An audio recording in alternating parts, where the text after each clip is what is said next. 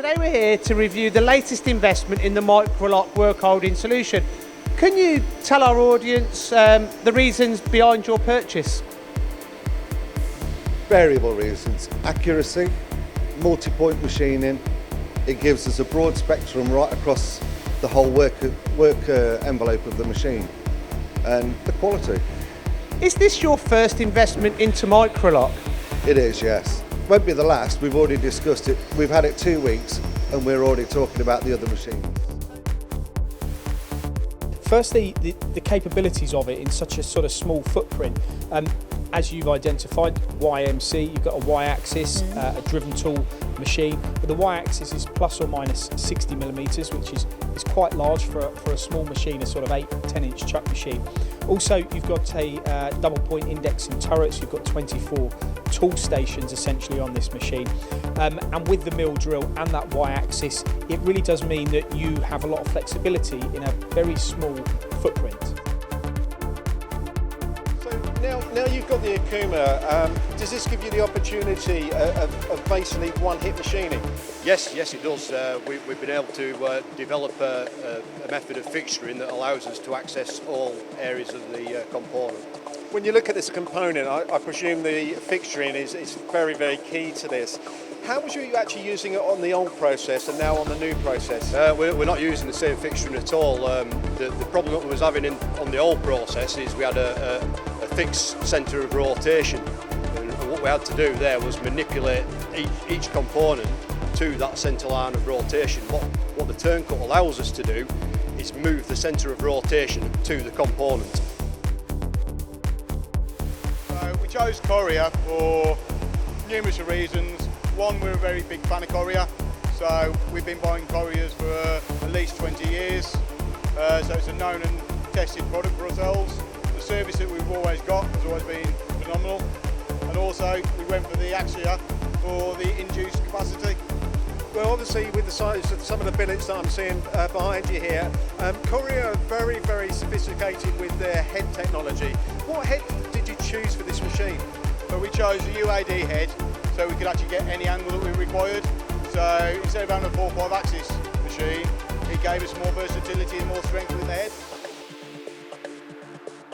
The reason behind the purchase was due to the fact of the actual footprint of the machine is relatively small, but not only in that, because with the bar feeder and the capacity that the machine has with the 81mm spindle bore, and which has never been done as far as I'm aware on this side of things before, that they've never done on the TM10.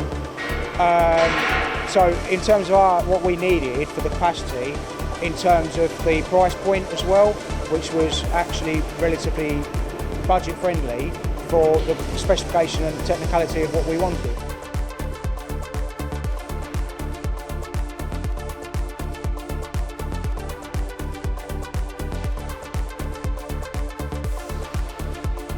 It's the new B&E 65. Now, 65 straight away, I'm thinking previously only went up to 51. 51, and actually it's bigger than our ABX machine, which took 64mm now.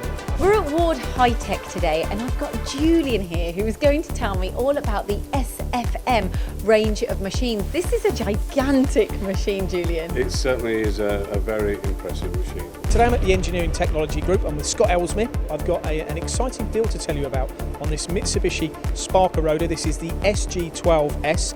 You've been with Hexagon Production Software for 2.5 years now. You've brought us to our Petford Group in Dudley. Now, we're going to talk about this case study because you say it's fairly unique and quite common in the sector. But for those engineers that don't know Hexagon software, what's in the portfolio?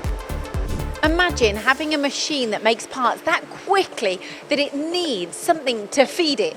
Well, welcome to the Feedio that feeds the Speedio.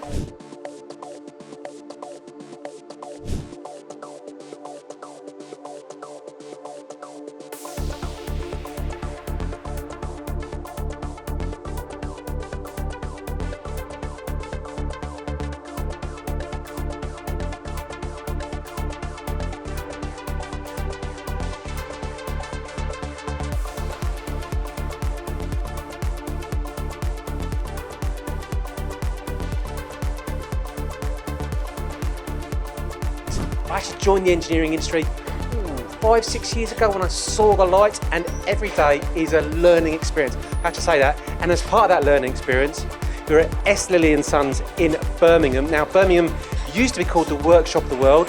We are joined by Craig Lilley from S Lilley and Sons Limited. Hello. Craig, what is your position first of all?